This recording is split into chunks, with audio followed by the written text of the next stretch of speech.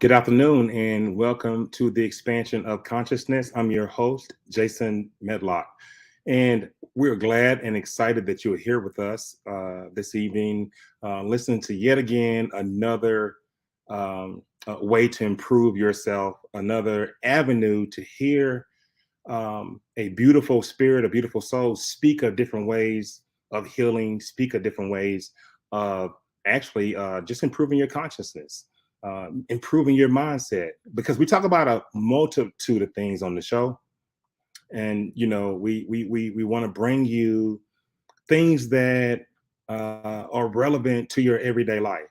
And I have all walks of color, coaches, spiritual coaches, people who have had experiences, hypnosis clients, anything that helps us.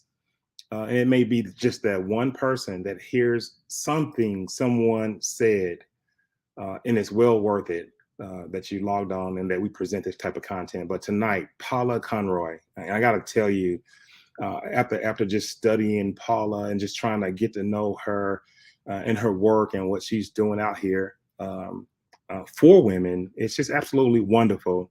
And one of the things that I really, really wanted to do is I wanted people that could share and tell their story and be a transformative type person that is helping the masses do things differently. So it's just exciting to be able to be in the midst of all of these wonderful people who have all these gifts, who have the same gifts that you have, but have maybe honed in on them a different way. But Paula Conroy is a transformational leader who supports women to transition from one stage of their life to the next, but in a healthy way. She uses the ancient wisdom inherent in traditional rites of passage processes to bring awareness to the elements that are required to ensure that these inevitable transitions in life are done well. Paula's focus is to support women to become aware of their fragmented parts, recognize how to self-source to heal these aspects of self, and bring them into wholeness, therefore discovering the possibility of moving powerfully into their next stage of maturity and into the full potency of womanhood. Paula spent 15 years in senior leadership positions within global banks, managing large multi-jurisdictional teams. She recognizes the criticality of consciousness leadership of self as an essential capacity to cultivate prior to taking on the responsibility to lead others. Feminine leadership capacities have been buried under the current culture and the ways of training. And Paula is a stewardship, and she's stewarding women through transformational journeys to discover this for themselves. Without any further ado, we're going to bring on Paula Conroy. Hey, Paula, how are you? Oh, hey, Jason. I'm really good, thank you. And thank you for for a whole lot that. into your intro. I hope you liked it. Oh, yeah, it felt so good. I was just smiling from ear to ear. It's great to feel your frequency. And I like that kind of talk because it's all about frequency. I knew from the moment I saw you in the back office and I popped on, you were smiling. Hey, Jason, you can just feel people's warmth and their energy instantly. You connect. You know what I mean? Yeah, totally. I feel that fully. And it's such a beautiful experience when we come across people on our paths that when we do meet them, there is that instant resonance in the frequency. And I'm pretty sure every listener that's tuned in today or listening to this conversation later on has had that experience where they've walked into a room and they've suddenly felt something's off. We can't explain those super sensory senses and perspectives or perceptions that we have. And so, going through life, really tuning into that frequency is such an incredibly potent, intuitive capacity that so many of us just don't give enough credence to. So, when we do meet people that we suddenly have that instant warmth and rapport with, it is definitely a recognition of our intuitive frequency match. And so, I was really, really overjoyed to meet you on the screen and to enjoy this conversation with you, very much so. Exactly. And, Paula, right now you are at a level You can speak about the topic. You can break the topic down. You can tear it into 100 pieces and make 100 comparisons. But how did you get to be Paula Conroy on the stage of being able to speak at a high level regarding metaphysics? How did it start for you?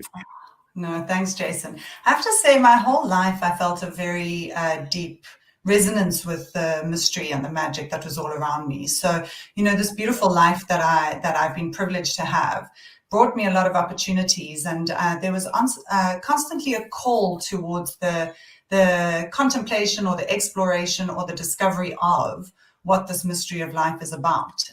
So, when I was growing up, I was I grew up in a Anglican home. It wasn't a very religious home, but we used to go to church on Christmas and Easters, and recognize the beauty of the Ten Commandments and that sort of thing. And I sort of knew that as my way to connect to this experience of spirit.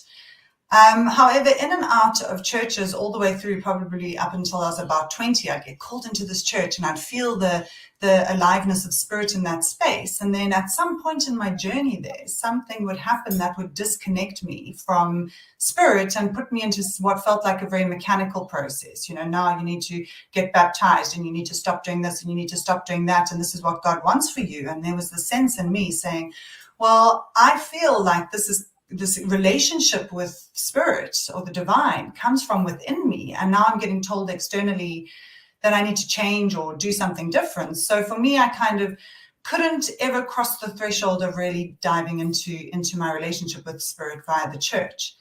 And so from about 20 onwards, it's been, and I'm 41 years old now, it's been an extraordinary exploration of many, many different modalities that I have thoroughly enjoyed. As you say, pulling them apart, looking at them from every different angle, putting them back together, recognizing the resonance of one system in relation to another and being able to connect the patterns and the dots between them. So in those early years, I sort of went into the Reiki and the energy healing and the crystals and all those sorts of things and felt the vibration of those methodologies and those aspects of creation. And from there, I met in 2009 a very pivotal school. It was a Gurdjieffian fourth way school. And I'm not sure if you're familiar with George Gurdjieff and his masterful work with the fourth way system. But this school that I was a part of for 7 years was called the Academy of European Arts and Culture. Okay. And we would study the system of consciousness, the system of recognizing the mechanical parts of us that live in us every single day. The guy cuts you off in traffic and you're like, hey, what's going on? The dog bites and you smack the dog, or, tummy grumbles, you eat, or we eat. So there's all these mechanical aspects of our lives that when I started to become aware of them through the elegance of this fourth way system, I started to be able to see, these form the part of my stimulus response mechanism in my machine. And there's a part of me that's actually watching that. There's a part of me that's conscious to these mechanical aspects of myself. And so I studied for many years. But where is it? What is it? And it's no. But where is it? There's a part of you that recognizes yourself, but where is that part? And I know that it's not local. No, it's not local. I mean, my experience of it is that it's all pervading. From where I sit now, I feel this all pervading sensation of experience with this mystery and energetic frequency of life. And the more I interplay with those frequencies and that experience of shifting my perspective through various modalities, the Gurdjieffian fourth way school being one, mindfulness meditation being a very strong part of my life, the discovery of things like Rites of Passage and the process that supports us on, looking at the lens of feminine consciousness through the eyes of sort of Maureen Murdoch and bell hooks, and being able to really kind of pull together these facets to recognize that this interplay of experience is very much just this in-breath and this out-breath, as Rudolf Steiner would say, this cyclic nature of day into night, as Mother Nature would say, or season into season, this, intellectual contemplation of the way in which we are through the other systems. And so the the underlying premise to all of that, which is the way of the feminine consciousness journey, is that it's all in the experience of what is happening in the moment. And that for me is where the focus of feminine consciousness is about, is what is happening in the experience of the moment, not the thinking of the moment or the doing of the moment, but in the awareness of the experience of the moment that is arising right now. And we talk about feminine energy and how we need more feminine energy in the world right now, as we know that feminine energy dominated thousands of years ago.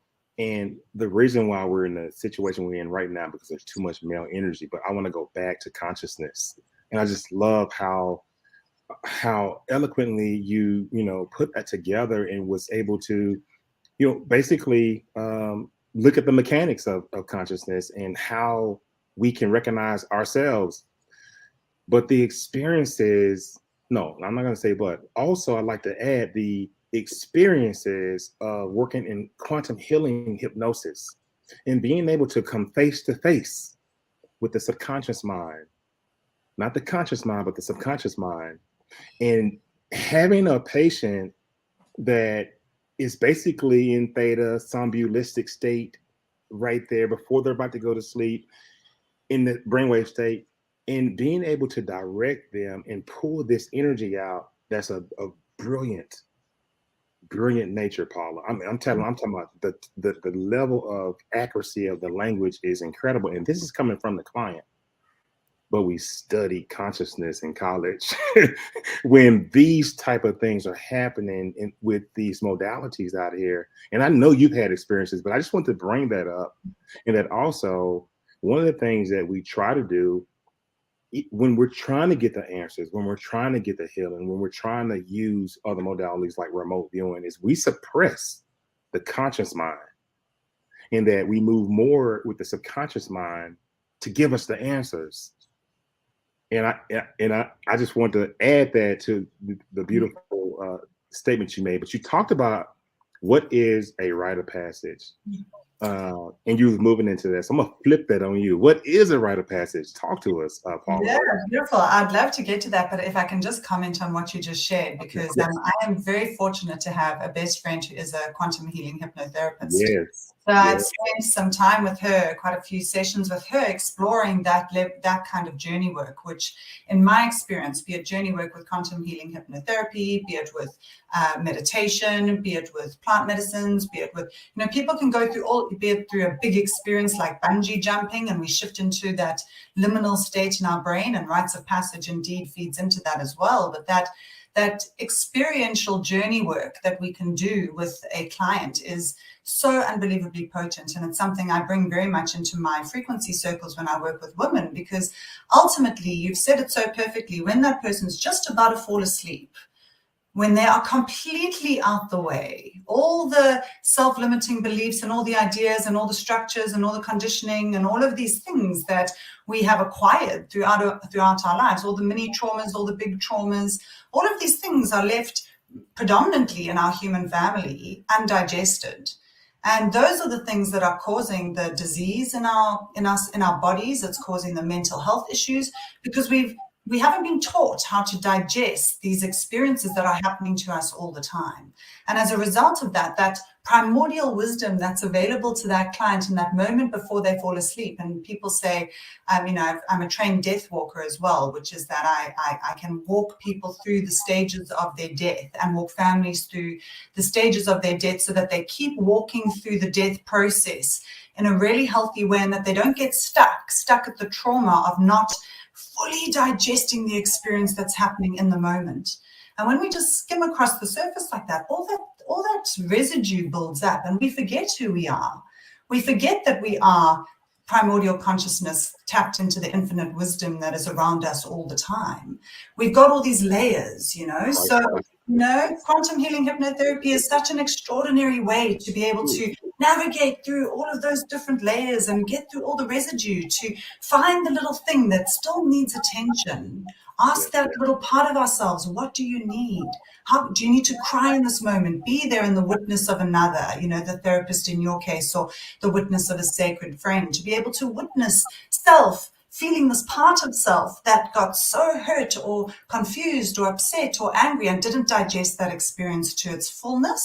And as a result, it's remained stuck inside of our system, inside of our psyche, inside of our consciousness.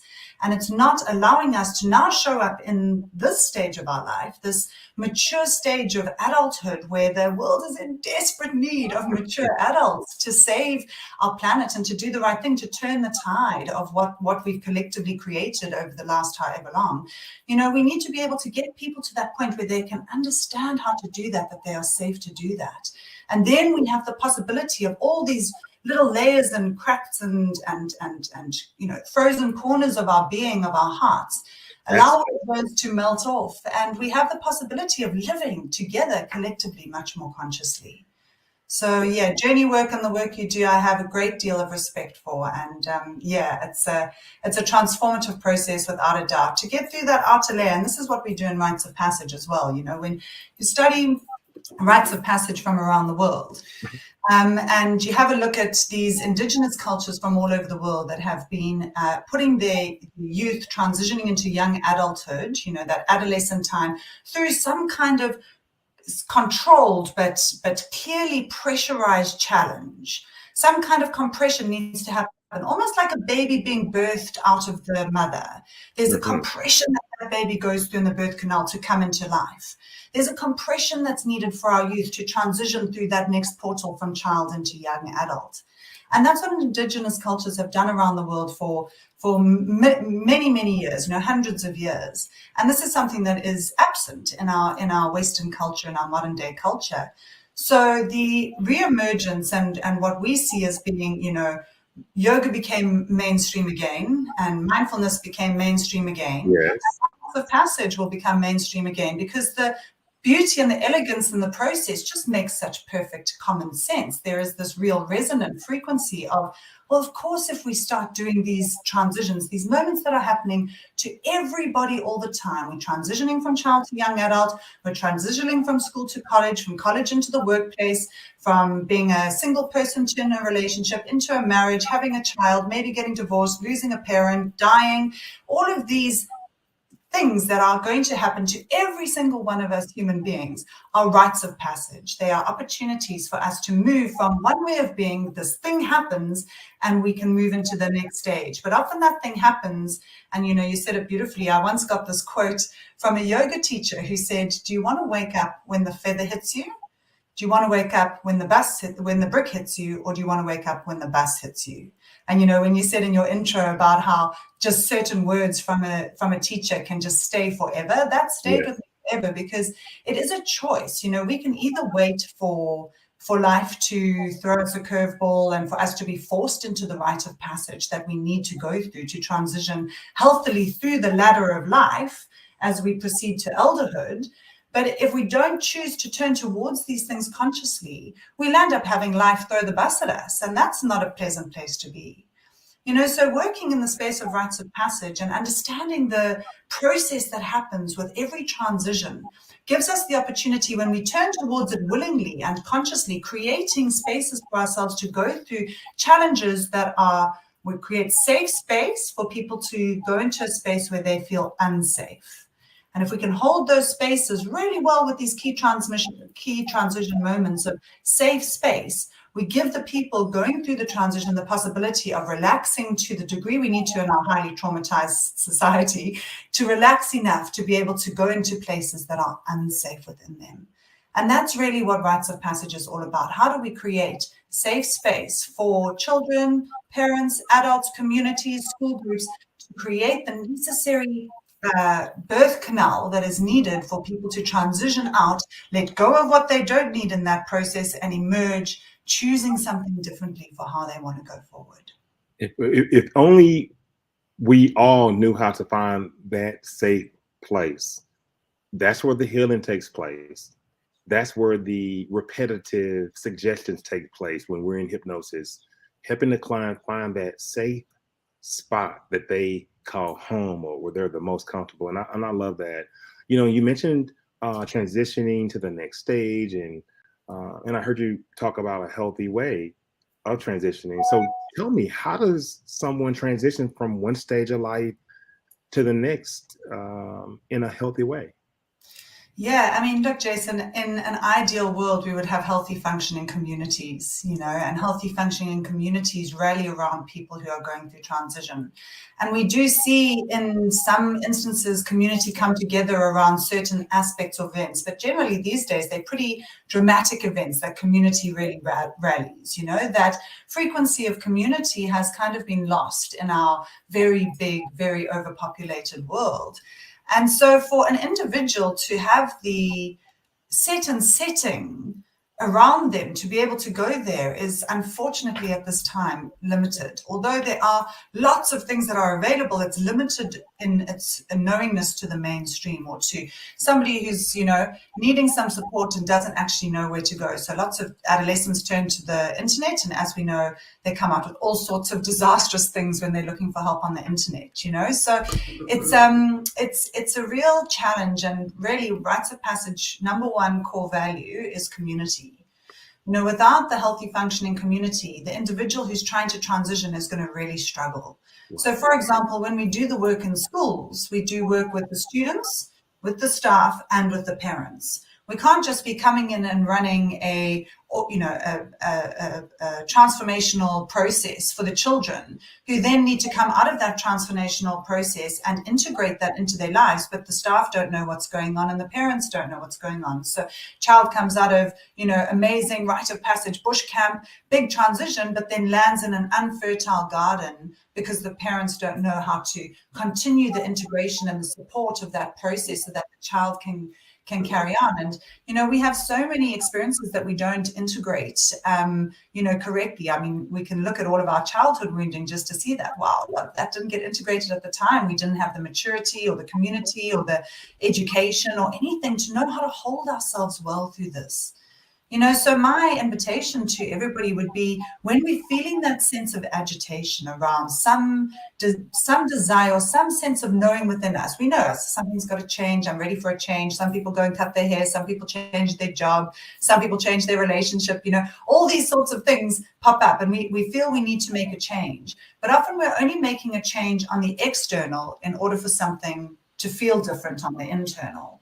And my invitation to people would be is to really consider that when that state of agitation is coming up, it doesn't necessarily mean do the masculine way of things, which is go and do something to fix it, go out and fix this thing that I'm feeling. My invitation would be explore what that feminine journey is, this introspection, this involution within ourselves, to be able to really knuckle down on what is it that I'm feeling. Where is the sense of agitation coming from? Is this really the voice that I should be listening to? Or do I need to sit with this for longer to be able to really understand how to make a transition through that?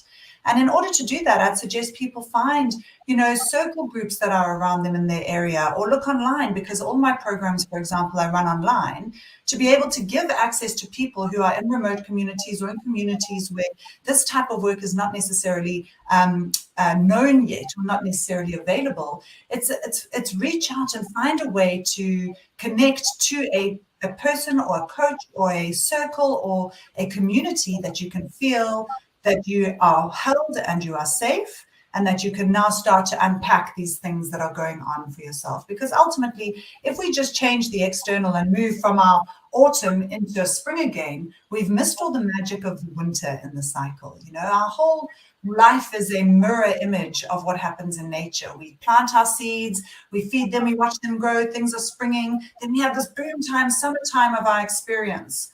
And then something comes to a close and things need to die and compost into the next cycle of what needs to emerge. But we have a culture that is not, we don't have the capacity within our culture to go into our winters well.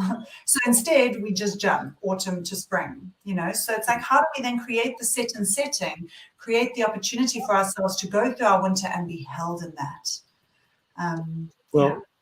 Well, Paula, you transitioned quite dramatically from one stage of life to the next, from corporate banking into mature feminine leadership development.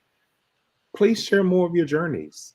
Yeah, for sure. So I worked in corporate banking for nearly 15 years in a global bank, and I had my last role at that bank, which was the 7 years before I left, was as the country head of the client management division in a part of the bank called Global Liquidity and Cash Management. And in that experience, which I learned so much from and gained so much insight into the way in which money moves around the world and the way in which internal treasuries work, and to be able to understand the interconnectivity of the whole globe from that lens. Global Bank has, multiple divisions in multiple jurisdictions. So the clients we used to work with were incredibly complex. And, all I saw there was yet another overlay of all of this interconnectivity that happens between us and our frequencies, is that there is this global network of interdependence. And that is actually a literal thing in order for us to function as a human family. So I learned so much about that, and I really got a grasp on what global movement of money looked like. But all that time I was in banking, and I was considered to be a female leader in banking. Obviously, I'm a woman. Well, not obviously, but, for the listeners, I am a woman. And I identify as a woman, and I would go on these training courses, and these training courses would feed definitely the masculine side of me. I'd be like, yeah, that's amazing, and that's so practical, and I can get that done, and that's such a brilliant way of thinking about it. That's, that's really useful, really, really useful for the practicality of what I needed to do in my job in managing teams of people. And yet there was always the side of me that at that stage I wasn't necessarily that familiar with, which was this feminine side of me. So you call me a female leader, but what really does that mean? Is it just because I'm a woman? Or, we can, be empathetic and compassionate and caring. And yes, but there's more to being a female than those beautiful, very loving, light feminine traits. There's strength and power and influence and all of these strong feminine traits that I'm not necessarily feeling like anybody's showing me how to, we do emotional intelligence programs, and yet it's still not focused on what this feminine aspect within me is all about. And so, when I felt that sense of agitation that we were talking about a minute ago, and knew that something needed to change, I knew that something else was calling for me, that there was another life for me. Yeah. I went through probably a really difficult 2 or 3 years of unpicking the identity that I had acquired during my time at HSBC, and got really kind of, it was a difficult process being able to say, wow, I'm going to make a choice to step away from a career that I am highly skilled at, and that I've got amazing career opportunities and got lots of support, and I've got lots of, people that are willing me on to even progress further than where I am. And yet there is this part of me that's just saying, no, this isn't what you're meant to be doing. So to honor that part, it was a small voice at first, but to honor that part that I knew was this intuitive voice in me saying, there's another way. I had to go through a really painful process of dismantling who I thought I was, dismantling this title that I had, dismantling what I thought was healthy interdependence with my team. But actually, I realized I was quite codependent on them because, this was the relationship that I'd kind of developed through my unconsciousness at the time.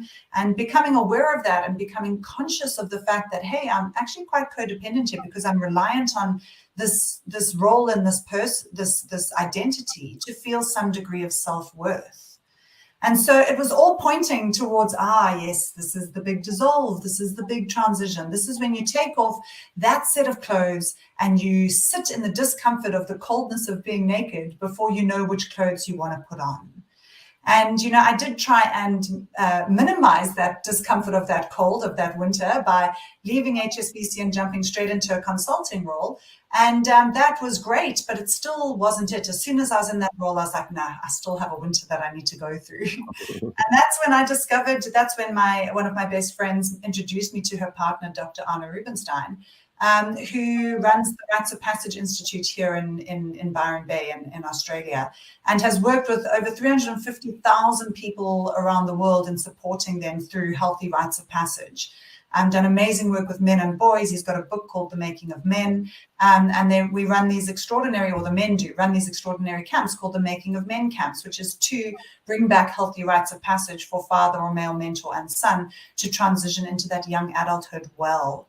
And so I was very inspired when I met Dr. Anna Rubinstein, and I felt a real resonance with the process that is a healthy rite of passage. And it was then in that first year working with him that I went through that winter. I went into that darkness of dissolving the way I was in my corporate life, recognizing that the way of operation, that hyper-masculine way in which I was operating, because I've been conditioned and trained into that in that environment for so long, needed to go on a death. And it was painful because it often came at the expense of me doing something that was a little bit too raw, and getting the feedback in this much gentler environment, this social enterprise, and not global banking, social enterprise environment with gentle processes, that I got shown where these parts of my masculine needed to die in order to be reintegrated into a healthy masculine within me. And at the same time, that kind of death of those unhealthy masculine traits led me to the journey of, wow, so what are these feminine traits and how do I discover that for myself? So let's do a quick reset. You're listening to the Expansion of Consciousness. I'm your host, Jason Medlock, and we have the highly gifted Paula Conroy, the Frequency. She's the founder of the Heart of the Frequency. And I know you're on a roll there, but I want to get to your website also so we can look at that. But I got a question for you. How's your view of feminine leadership shifted since you've been through your own rites of passage? Yeah, beautiful. I mean, look, the number 1 and 2 points around leadership is that, we can't have leaders who are running teams and organizations who are still in their trauma, and in their trauma still sitting in the shadow. That shadow comes out into the frequency of the workplace. And, many listeners may have had experiences with colleagues or bosses or work associates that have been, challenging and difficult. And, the leader holds the frequency of the whole organization.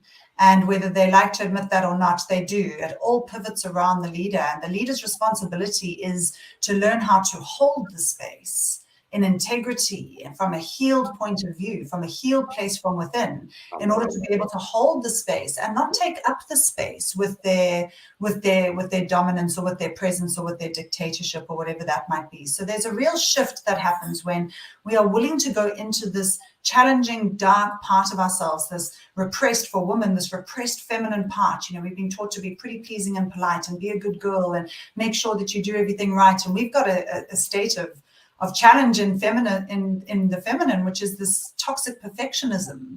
It has to be perfect. I have to get 10 out of 10 of the ticks in that box before I apply for that job. But we've got men who've got 4 ticks and they're like, I'm going to apply for the job, and they get it. And they've got that confidence to do it. It's like, so this journey into supporting women to find these blocks, to be able to remove these blocks so they can access that real, powerful, potent, clear, truthful voice for themselves. And that's only available by taking off those layers. When we access that part of ourselves, it comes through us in such an extraordinary way. And it's not in a power over, the sort of 3D power dynamic. It's a power with. The mature leadership model, the mature feminine, recognizes interdependence and not power over or dominance over. It's interdependent and it's co-creative. And the leader can then understand how to let go in order to hold the space and not take up the space with their whole being. Sign me up. I mean, you just sold me.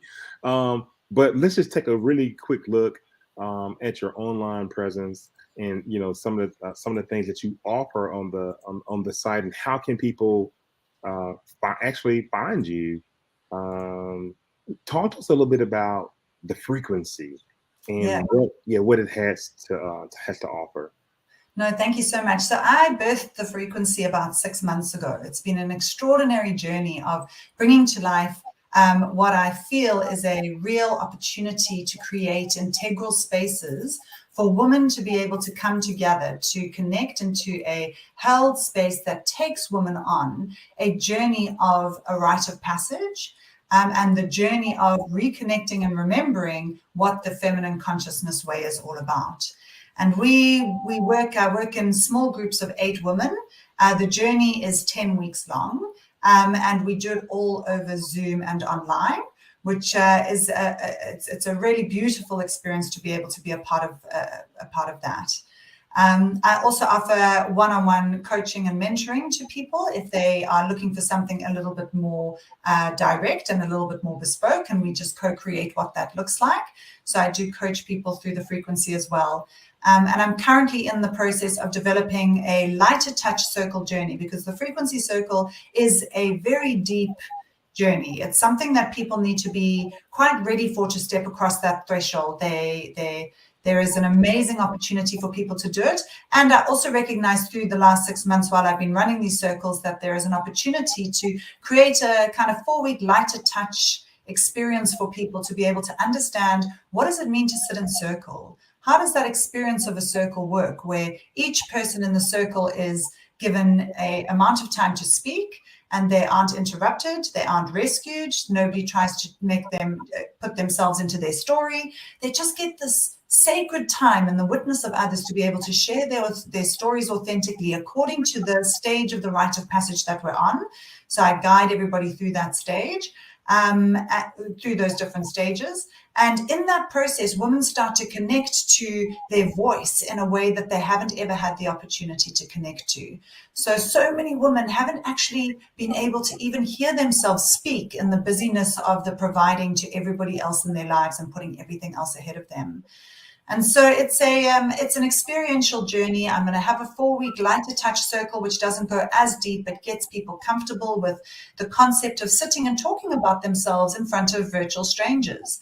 And in that journey, the medicine wheel of that journey is quite an extraordinary morphic field that comes through. It's amazing how just women sitting together in circles, sharing their truth authentically and actively listening to one another creates the greatest possibility for healing in the process.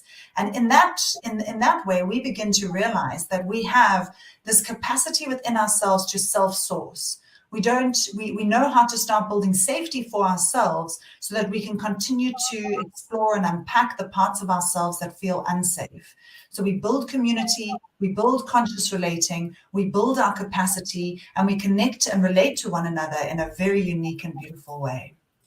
Paula, let me just share with the audience the website, the frequency, www.thefrequency.global, www.thefrequency.global. What a beautiful website. I'm looking at it, Paula, and it stands out. And the level of coaching that you provide is absolutely amazing.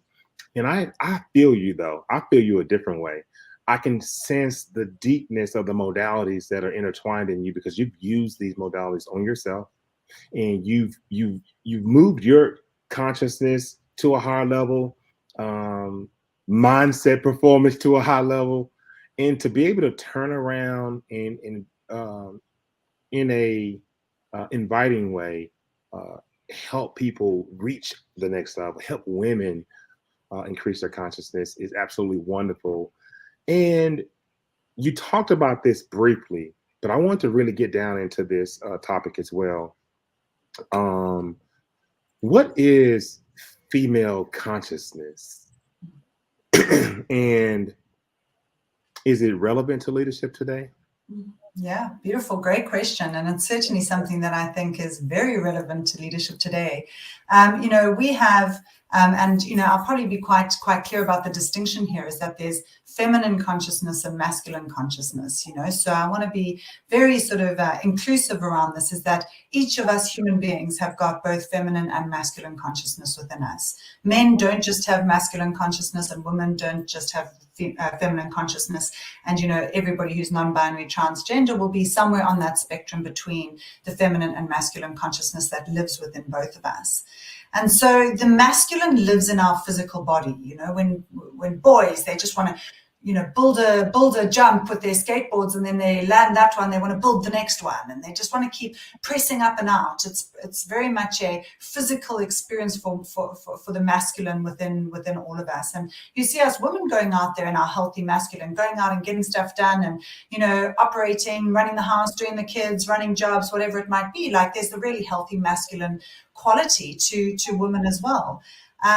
What the feminine qualities are is that lives in our emotional body. And we can see that feminine consciousness has been thwarted because we are living in an age where there are so many men out there that have never been permitted or allowed to feel. They were brought up in homes where boys don't cry and where, just buck up, boy, just suck it up and get on with it and, go and sort of, kill the bear rather. It's like that. And there goes our ability to feel and Yeah. the ability to sense, the awareness and the natural psychic abilities that we all have at the door. Yeah, because culture and our construct has thwarted that within men. And now we've got this, pandemic of mental health issues around the world. And, in Australia, and I don't have the most up-to-date stats, but when I looked into this a couple of years ago, there were 9 suicides a day, of which 8 were men.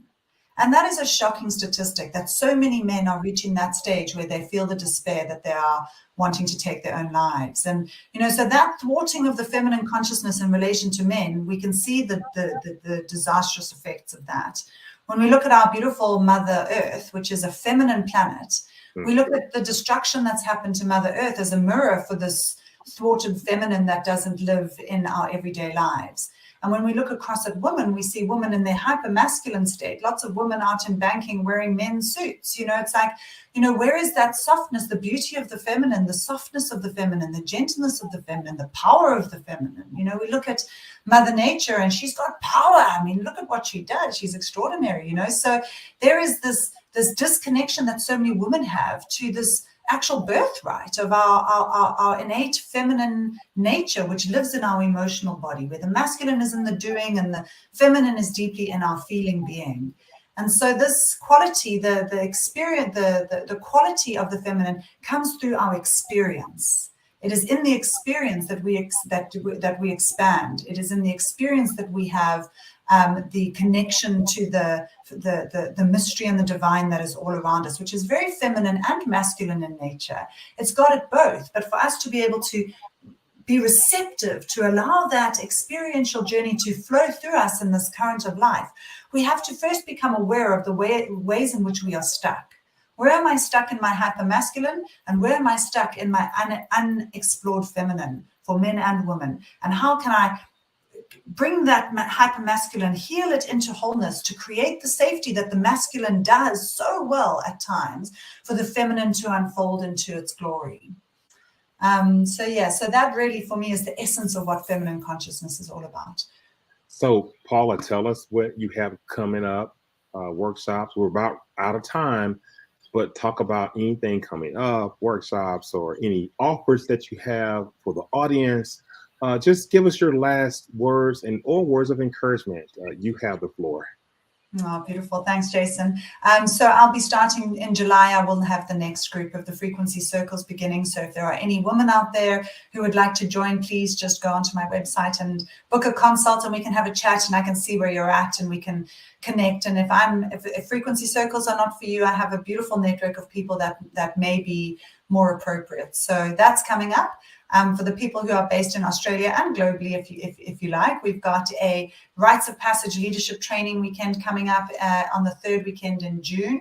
And that's a 3-day experiential journey of going through a rite of passage and exploring these concepts further. And my invitation would be is that if there's some sense of agitation for any of you listeners out there, certainly make the changes that you need to structurally on the practical side of your life. But also tend to this internal cavern of your experience. Have a little, create an opportunity for you to go to a sound healing or maybe a yoga class or, go to some kind of song night or kirtan or, meditation class or something that gives you the opportunity to just unpack a little bit more about your feeling experience in an environment that you can start to create safety in. And I certainly know that the more I turn towards this work, the more I invite in the possibility of divine healing to move through me and all. The world somehow, the universe somehow bends to support that, and it delivers the people, it delivers the opportunities, it delivers the training courses, it delivers the podcast, it delivers everything as I call it in more and more. So if at this stage you can't do anything to support yourself, at the very least just hold in your heart a prayer for awakening, a prayer for transformation, and a prayer to move through your trauma and your healing in order to be able to emerge through your rite of passage into a better way of being in your life. Paula Conroy, just the entire, and I'm glad because the rite of passage is something that has been done for centuries. You're the first person who's been able to bring this type of message, and I'm very, very interested. I'm just trying to wonder why you don't have men involved, all women. And you know, the thing is, Jason, is that the men will definitely come. I was discussing this with my husband the other night, is that in the last leadership training that we ran, when I introduced these comments, these concepts of masculine and feminine, that for the first time in running these leadership trainings for a couple of years, there was something that I received from the men in the room going, wow, Paula, how can I learn more? What can I want to go into this journey. And I was like, oh, wow. And I get goosebumps as I'm saying this, that there feels to me that there's a fertility in the ground to create a program. And there is one program here that I'm hopefully, fingers crossed, saying a little prayer, going to be able to go and be a facilitator in action on, which is run by an organization here called the Grail. And they've created a 3-day experiential journey for men run by 3 women on the journey of feminine consciousness. And so I'm really hoping that I'm going to have a chance to be able to go and sort of, be the tea lady in the background and just learn and absorb from that environment and from these extraordinary women who've been running this program for a number of years. So they are definitely, it's absolutely on the agenda that, my personal cycle at the moment is with women, and I need to cultivate my capacities now with my understanding of it's a different experience holding a group of men. And for me, integrity with this work is always of the utmost importance. So for me to step into that space, I want to feel deeply integral in my capacity to shepherd and steward a group of men through a healthy rite of passage in relation to feminine consciousness, and for it to be something that is truly transformational. But watch this space. It's definitely going to be coming. Okay, I got it. Well, Paula, hang on. I'm going to put you in the back office. Stay there. I want to say a few more words to you, and let me just close this thing out. Wow. Paula Conroy is outstanding. Very knowledgeable, very professional, high-end coach. She's steeped in ancient wisdom. She understands the transformational circle. And it's all to help women break the shadow of unhealthy and wounded feminine behavior. Paula is deep. And we did not get into frequency. And that could have taken up the entire show when we talk about our vibration, when we talk about our frequency, when we talk about how to raise your frequency and vibration. That's an entire show. And we'll have Paula back for sure. But I want to thank you for being here with us tonight. And hopefully the content that you're absorbing here on the expansion of consciousness can help you. Give Paula a chance. Look at her work. I offer a number of concepts on this show. I bring a number of different coaches who coach a number of different modalities on the show, but it's all to help you expand your thought process to reach the level that you're trying to reach. And none of this is copyrighted. And we all understand what spiritual modalities are and how they can be used. So we share it. And it's no problem with people coming on the show that may be a coach. It doesn't matter. What matters is the information is out there and that people can benefit. Thank you for watching Expansion of Consciousness. Watch us on YouTube at Expansion of Consciousness. We're on Facebook as well. We're also live on Twitter. So we'll see you the next time. And we're glad that you're still supporting us. Thank you and good night.